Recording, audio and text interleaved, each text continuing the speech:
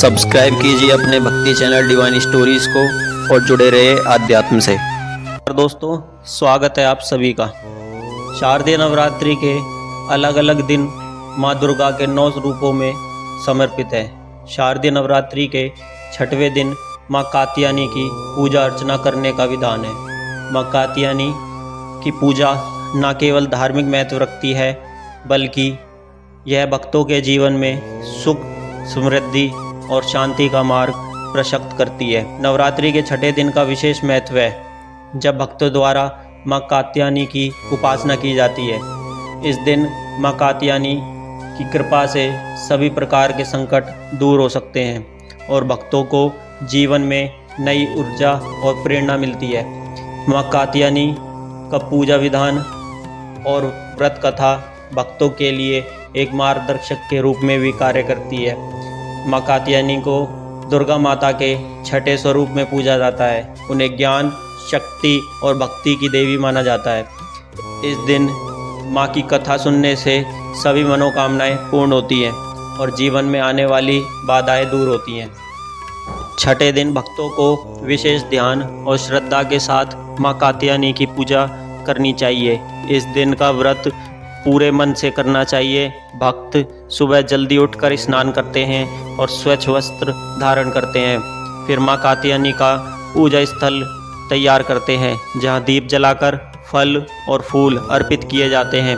कथा सुनने के दौरान माँ कात्यायनी की स्तुति की जाती है और उनसे सभी संकटों से मुक्ति की प्रार्थना की जाती है। भक्तों का मानना है कि इस दिन माँ कात्यायनी की कथा सुनने से मानसिक शांति, सकारात्मकता और आत्मविश्वास में वृद्धि होती है। माँ का नाम कात्यायनी कैसे पड़ा, इसकी भी एक कथा है। कत नामक एक प्रसिद्ध महर्षि थे। उनके पुत्र ऋषि कात्य हुए। इन्हीं कात्य के गोत्र में विश्व प्रसिद्ध महर्षि कात्यायन उत्पन्न हुए थे। इन्होंने भगवती पराम्बा की उपासना करते हुए बहुत वर्षों तक बड़ी कठिन तपस्या की थी। उनकी इच्छा थी माँ भगवती उनके घर पुत्री के रूप में जन्म लें। माँ भगवती ने उनकी यह प्रार्थना स्वीकार कर ली। कुछ समय पश्चात जब दानव महिषासुर का अत्याचार पृथ्वी पर बढ़ गया, तब भगवान ब्रह्मा, विष्णु, महेश तीनों ने अपने अपने तेज का अंश देकर महिषासुर के विनाश के लिए एक देवी को उत्पन्न किया। महर्षि कात्यायन ने सर्वप्रथम इनकी पूजा की। इसी कारण से यह कात्यायनी कहलाई। ऐसी भी कथा मिलती है कि ये महर्षि कात्यायन के यहाँ पुत्री रूप में उत्पन्न हुई थी। आश्विनी कृष्ण चतुर्दशी को जन्म लेकर शुक्ल सप्तमी, अष्टमी तथा नवमी तक 3 दिन इन्होंने कात्यायन ऋषि की पूजा ग्रहण कर दशमी को महिषासुर का वध किया था।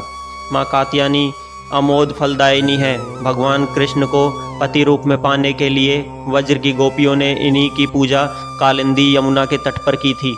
ये ब्रजमंडल की अधिष्ठात्री देवी के रूप में प्रतिष्ठित हैं।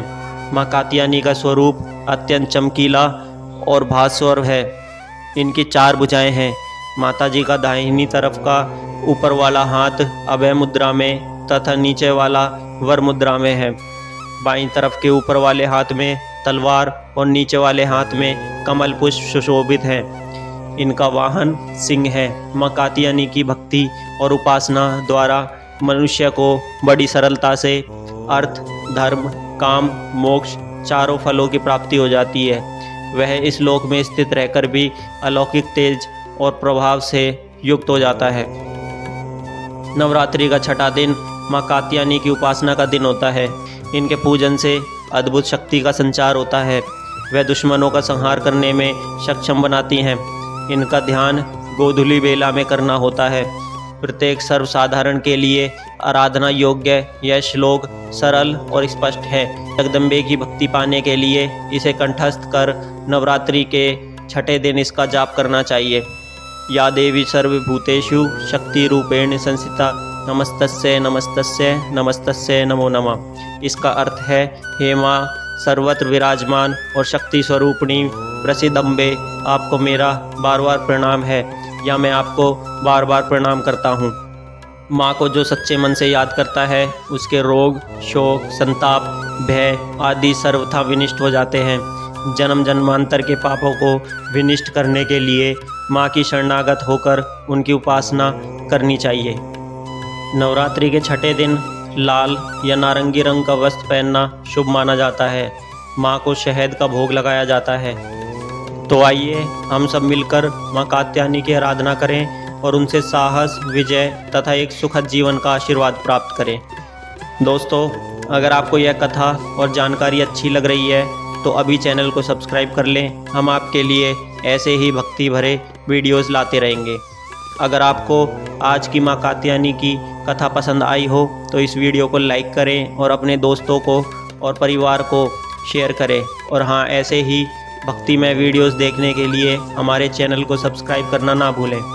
घंटी का आइकन भी दबा दें ताकि हमारी हर नई वीडियो का नोटिफिकेशन आपको सबसे पहले मिले। जय माता दी।